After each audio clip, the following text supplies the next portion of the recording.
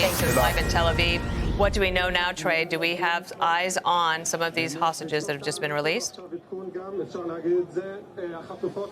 Yeah, right here in Tel Aviv. You can hear the crowd erupting behind me. I'm going to have my cameraman pan to the screen here. This is local Israeli television, and there is a split screen from Gaza. If you look on the left side of this screen, it is the first image of one of these hostages about to be released from Hamas captivity. Remember, there are 3 of them who will be released today.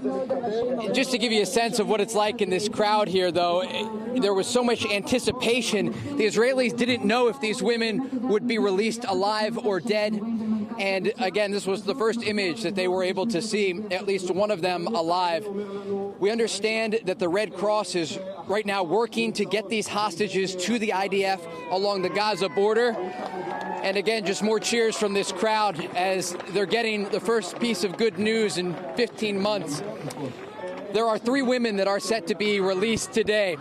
A woman named Romi, a woman named Daron, and a woman named Emily. 2 of them were taken from Kfar Aza, one of the small communities along the border, and one of them from the Nova Music Festival.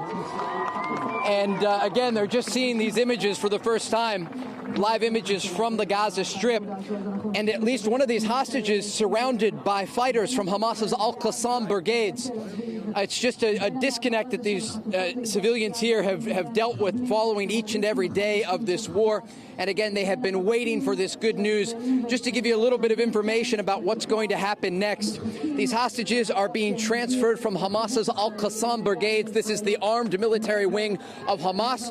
They will go to the Red Cross and then meet Israeli soldiers along the Gaza border, at which point we are told by an Israeli official they will be transferred to a reception area. And we got just another small piece of information that's so important in this story. The mothers of these hostages are going to be permitted to meet them at this reception point. They will be able to be reunited there. They'll be evaluated by a team of psychologists and doctors, and they'll be flown then to a hospital here in central Israel. But again, the latest information that we have, the Israeli people just now as we are speaking are seeing the first images of these hostages being transferred to the Red Cross inside Gaza. They'll move on. And again, I'm just going to step out of the frame here so you can see these images from Gaza. Those green headbands, those are members of Hamas's al-Qassam brigades. And again, these images of this car right here, that is one of the hostages being released. It is just a sense of relief for the Israeli people here in Tel Aviv as they get these first images out of Gaza and wait for any more information about their fellow country women. Guys? Trey Yingst. Okay, so a couple of things. One, it does look very chaotic and almost dangerous for these hostages as they try to get out, as the clamoring around the cars. It's not very orderly. 2, one of my earliest political memories is of the hostages being released, the Americans being released from Tehran in Ronald Reagan's inauguration. And these young women and the other hostages have been held underground by Gaza for longer than the Americans were in Tehran. We don't know what they've gone through. We will all be there to try to help them. Are these the only hostages we expect in this first phase of the ceasefire, or are there more to come?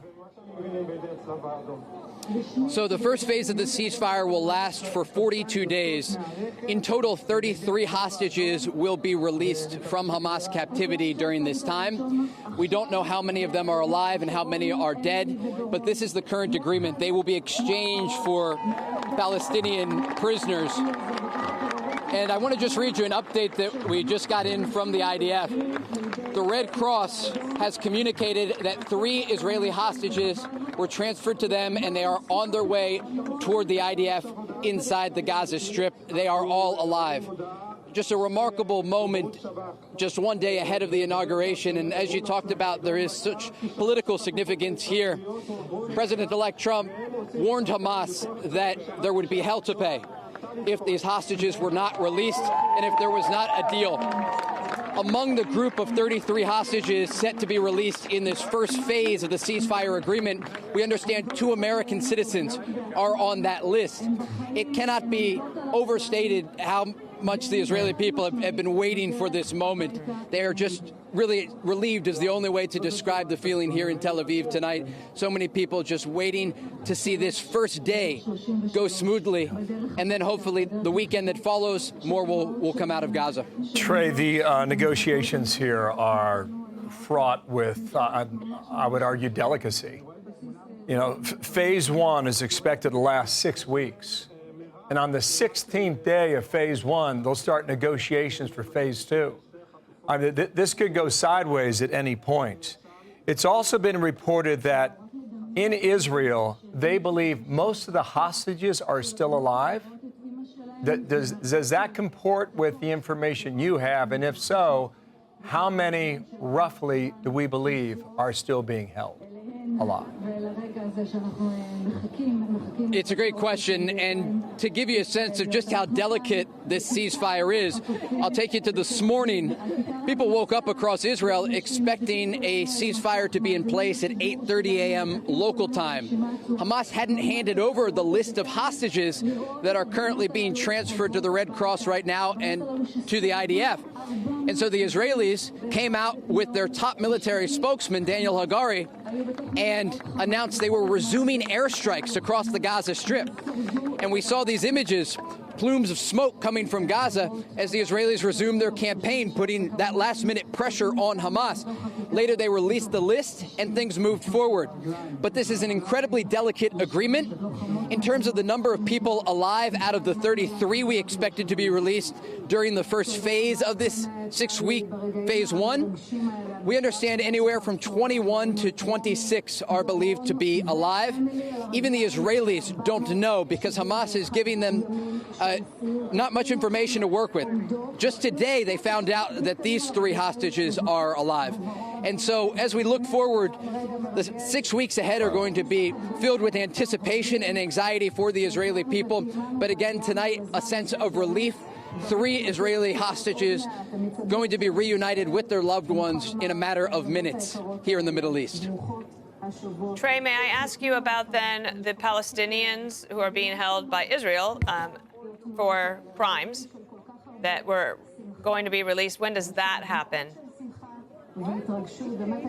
That's going to happen the minute that these Israeli hostages cross the border from Gaza. And just to give you a breakdown of what we're looking at here, and the numbers can get a bit confusing, but amid the phase one of this agreement, you will see 33 hostages released from Gaza. The first 9 hostages, we understand, according to a senior Hamas official who spoke with Fox News about the negotiations that have been ongoing in Doha, they'll be exchanged for 110 Palestinian prisoners that currently have life sentences. And I took a look at this list. We're talking about people convicted of murder and terrorism, people who planned suicide bombings, and people who conducted shooting attacks in the West Bank are going to be released for these civilians who were dragged from their homes on the morning of October 7th, and in one case dragged from a music festival. And the disconnect here is striking because, again, when you look at the release, you are seeing 3 Israeli civilians released from Gaza today. The prisoners that are being released just today from Israeli prisons are convicted murderers and people who planned suicide bombings. And that is part of the reason that this deal has been met with a lot of frustration in the Israeli public, because they understand what this means. They have dealt with this before. When we go back to 2011, Gilad Shalit, an Israeli soldier who was released from Gaza, exchanged for 1,000 Palestinian prisoners. They remember one of those prisoners was Yahya Sinwar, one of the masterminds behind the October 7th massacre. We're just getting some more information now as we speak here. My producer handing this to me. We understand the hostages are in good condition. And again, they are on their way to the IDF meeting point where they'll be reunited with their mothers along the border. And again, you just hear these cheers in the crowd in Hostage Square in Tel Aviv, where demonstrators have been coming out every single week demanding an agreement. The deal on the table that is being implemented as we speak is very similar to the deal that was on the table last May. The difference here, President-elect Trump sent his Middle East envoy, Steve Witkoff, to Doha, pushed this deal across the line. And we will see not only these hostages released, but if the deal moves forward, 33 of them in phase 1. And if phase 2 moves forward, the rest of the hostages that were held by Hamas for the past 470 days. Bill, Dana. Remarkable stuff. Trey, your producer, Yonat, says the 3 hostages are now in the hands of the Red Cross. They've been seen walking, and they are alive. Going back 12, 14 months, what a scene that is, and we can hear the music behind you, Trey.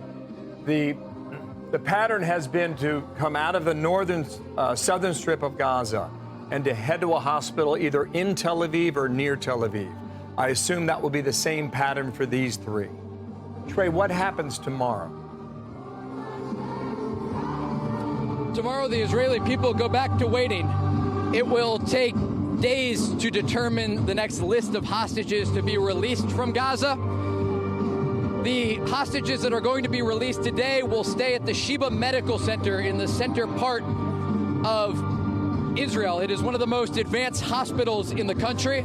They'll be evaluated by a team of psychologists. The song that's playing behind me, it's called Back Home, and it's become an anthem for these demonstrators who come out each week to call for the release of the hostages from Gaza. Bill, remarkable Dana. stuff. Thank you, Trey. Good to have you there. Back to you momentarily with more news. Hi, everyone. I'm Brian Kilmeade. I want you to do me a favor. I want you to click to subscribe to the Fox News YouTube page. This is the only way that I know for sure that you're not going to miss any great commentary, any great news bites, any great interviews coming your way on Fox. You can get it all here on YouTube. So subscribe right now.